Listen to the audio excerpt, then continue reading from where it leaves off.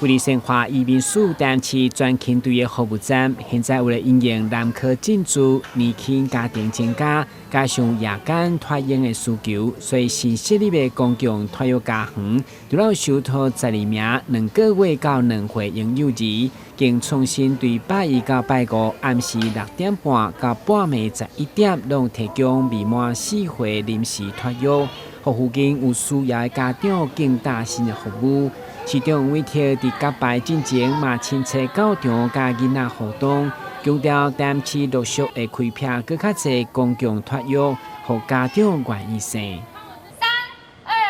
1，请现场用我们最热情的掌声恭贺台南市彰化区东关公共托育家园正式开幕。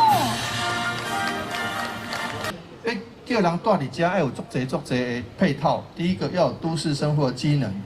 购物、娱乐、生活都很方便。其中养孩子也要很方便。那在这边公托家园，公共托育家园已经是被证实，就是讲大家最爱用的，最爱利用的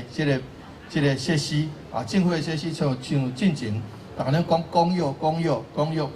儿园，即摆幼儿园那种。伊个非营利幼儿园，甲准公幼已经补足了这个功能，所以咱即摆真正的公幼今年说招生无够，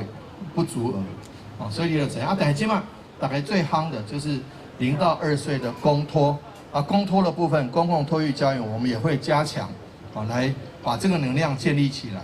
让大家敢生敢养。小局表示，台南的公共托育家园是保持身处嘛参照伫厝照顾的环境，以深化东莞家园委托华人基金会办理为例，除了有空气品质监测系统，也运用智能监控，有紫外线消毒，有空气循环定时杀菌，加上透气的面层来保障婴幼儿安全甲困眠的品质。台新闻编辑蔡文的。